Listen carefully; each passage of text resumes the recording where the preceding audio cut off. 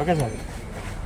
గడిచినటువంటి తుఫాను మరి విజయవాడ నగరాన్ని అతాకుతలం చేసిన సందర్భం మనకు తెలుసు. అంతేగాని కృష్ణా జిల్లాలో కూడా పలు ప్రాంతాలన్నీ నీట మునిగిపోవడం.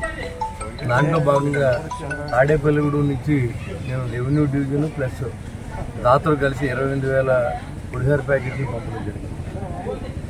మరి ఈరోజు మళ్ళీ జిల్లా మిల్లర్స్ అసోసియేషన్ ఆధ్వర్యంలో 15,000, సాయంత్రానికి ఇంకొక 10,000 ప్యాకెట్లని మరి ఈరోజు పంపిస్తున్నారు. వారందరూ కూడా ధన్యవాదాలు. ఎందుకంటే మానవత్వం చాటుకునే అవకాశం ఇది. మరి మనకి ఎలాంటి ఏ డబ్బుని మనం తీసుకెళ్ళాం కాబట్టి అక్కడ ఎన్ని రోజుల వరకు కావాలంటే అన్ని రోజుల వరకు కూడా తాడేపూడి నుంచి సహాయ సహకారాలు అందిస్తామని చెప్పి ఒక శాసనసభ్యుడిగా అందరినీ అర్థిస్తాం. మేము కూడా దాంట్లో పాత్రదారులు అవుతామని చెప్పి కూడా నేను తెలియజేస్తా ఉన్నా.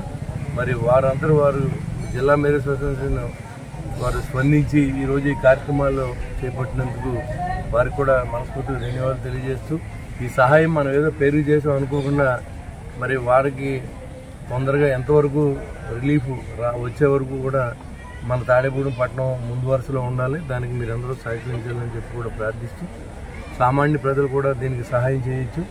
అందరూ కూడా మనం స్పందించి ఈరోజు మరి ఆ మహానగరాన్ని మనం కాపాడుకోవాల్సిన అవసరం ఉంది. అక్కడ ప్రజలను కాపాడుకోవాల్సిన అవసరం ఉంది. దాన్ని మీ అందరూ సహకారాన్ని అర్థిస్తూ ఉన్నాం. Thank you very much.